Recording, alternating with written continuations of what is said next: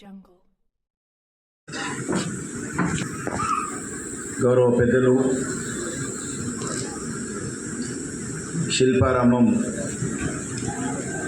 Special officer అయినటువంటి కిషన్ రావు గారు, national institute of foreign director doctor D Malini గారు, అదేవిధంగా ఎస్ అరుణ్ కుమార్ గారు, శ్రీనివాస్ రెడ్డి గారు, ప్రత్యేకంగా ఈరోజు మనము పద్మశ్రీ అవార్డు గ్రహీతలైనటువంటి ఇద్దరు పెద్దలను కూడా ఈ కార్యక్రమానికి ప్రత్యేకంగా ఆహ్వానించాము.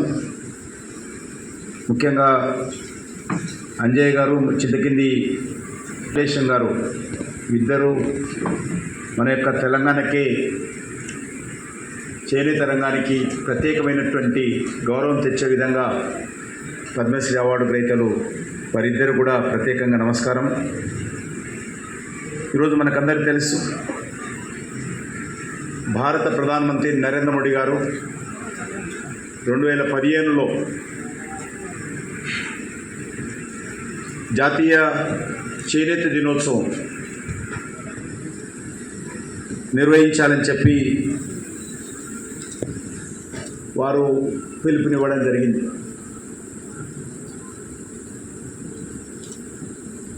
ఈ సందర్భంగా ప్రతి సంవత్సరం కూడా ఈ యొక్క చేనేత దినోత్సవం పురస్కరించుకొని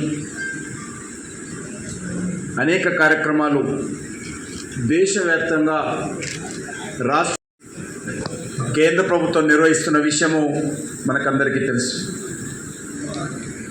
ఈరోజు మనం హైదరాబాద్ నగరంలో ఇందులో భాగంగా ఈ కార్యక్రమం నిర్వహించుకుంటున్నాం. ఈ సందర్భంగా ఇక్కడ వచ్చినటువంటి చేనేత కార్మికులకు, అతిథులకు, పెద్దలకు, మీడియాకు ప్రత్యేకంగా స్వాగతం పలుకుతా ఉన్నాను. చేనేత పరిశ్రమ మన దేశానికి వ్యవసాయ రంగం తర్వాత అత్యధికమైనటువంటి ఉపాధి అవకాశాలు కల్పించేటువంటి రంగం ఇది. దురదృష్టవశాత్తు అనేక కారణాలతో చేనేత పరిశ్రమకు అనేక రకాల ఇబ్బందులు వస్తున్న విషయము వాస్తవంగా మనం గ్రహించాల్సినటువంటి అవసరం ఉంది.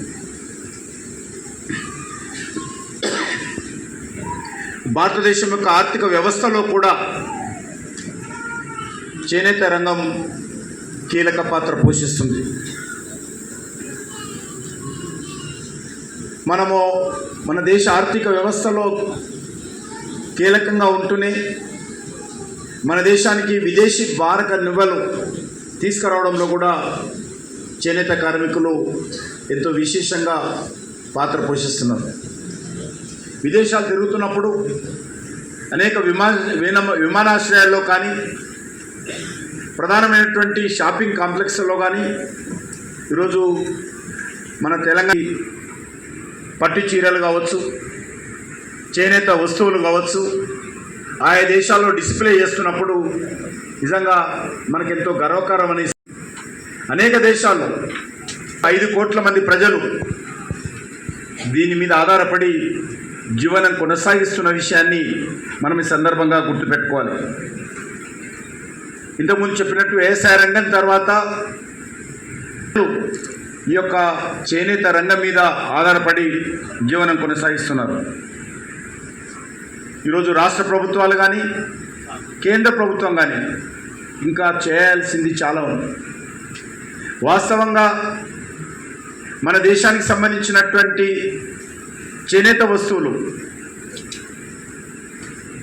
ప్రపంచంలో మరి ఎంతో నైపుణ్యతతో ఉన్నటువంటి వస్తువులు అవి. మనం వేసుకున్నటువంటి దుస్తులు కానీ, మనం ఉపయోగించేటువంటి చేనేత క్లాత్ కానీ అద్భుతమైనటువంటి మరి క్లాత్ మనం ఉపయోగిస్తాం. అంతేకాకుండా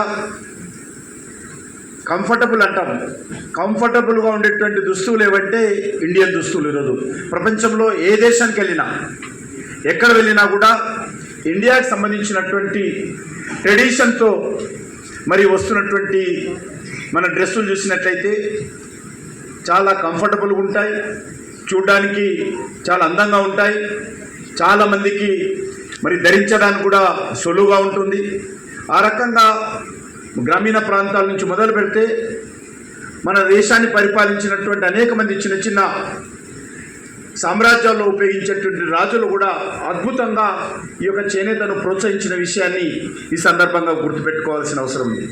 అందుకే నరేంద్ర మోడీ గారు ఈ యొక్క చేనేత రంగానికి 5F స్ట్రాటజీని ఫ్యాషన్ సంబంధించినటువంటి వస్తువులు కానీ విస్తృతంగా ప్రచారం చేసినట్లయితే ప్రపంచంలో మనము అగ్రమించేటువంటి అవకాశం ఉంది. దాన్ని పూర్తి స్థాయిలో మనం సద్వినియోగం చేసుకోవాల్సినటువంటి అవసరం ఉంది.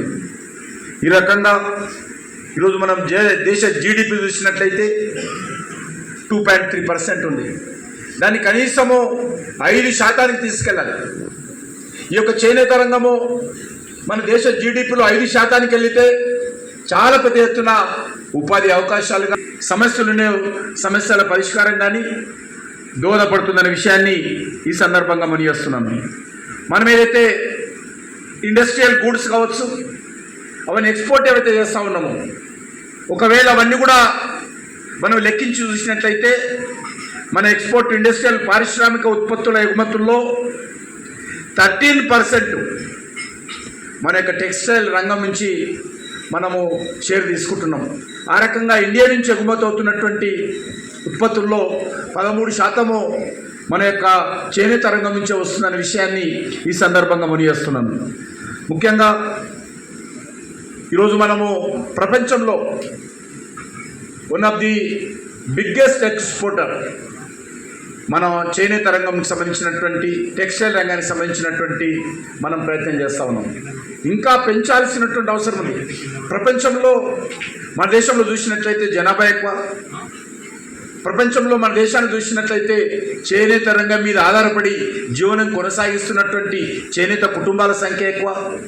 ప్రపంచంలో మన దేశాన్ని చూసినట్లయితే అద్భుతమైనటువంటి టాలెంట్ మన దేశంలో ఉన్నటువంటి చేనేత కార్మికులకు ఉన్నది. అద్భుతమైనటువంటి చేనేత అనేక రకాల వస్తువులు కొనుగోలు చేస్తారు. వాళ్ళకి తెలియదు చాలా వస్తువులు ఇక్కడి నుంచి వెళ్ళినాయి అమెరికాలో ఉంటే అమెరికాలో కొనుగో మళ్ళీ ఇండియా తెచ్చుకుంటుంటారు. కాబట్టి రానున్న రోజుల్లో మన స్వదేశీ వస్తువులను పెంచాల్సినటువంటి అవసరం ఉంది. స్వదేశీ దుస్తులను ప్రోత్సహించాల్సినటువంటి అవసరం ఉంది. అదేవిధంగా మనం వాడేటువంటి ఏ వస్తువైనా సరే made in India, make in India, ఈ 2 కాన్సెప్ట్లతో రానున్న రోజుల్లో ప్రతి ఒక్క వ్యక్తి, చదువుకున్నటువంటి ప్రతి వ్యక్తి కూడా ఈ దిశలో ఆలోచన చేయాలి.